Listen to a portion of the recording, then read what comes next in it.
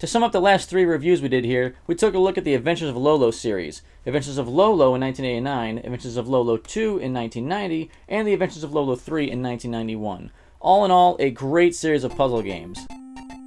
Bear in mind, though, the Adventures of Lolo series was actually part of a larger series of games called the Eggerland series, which started in 1985 on the MSX home computer with a game called Eggerland Mystery.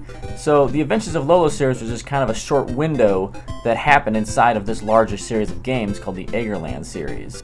Most of the games in the Eggerland series were released in Japan only. In fact, Adventures of Lolo, Adventures of Lolo 2, and Adventures of Lolo 3 were the only ones released in North America. All the other ones were released in Japan. The games in the Eggerland series in the early 80s were released on the MSX and the Famicom system. The Adventures of Lolo series happened in the middle of the Eggerland series, and after those games in the mid-90s, a couple of more Eggerland games came out for Windows. So bear in mind, the concepts and elements that were put in place in these games began long before the first Adventures of Lolo series hit the shelves in North America. And in a strange naming mix-up, the American title Adventures of Lolo actually was a standalone game in North America. There was no equivalent to it in Japan. So when Adventures of Lolo 2 came out in America, it was called Adventures of Lolo in Japan.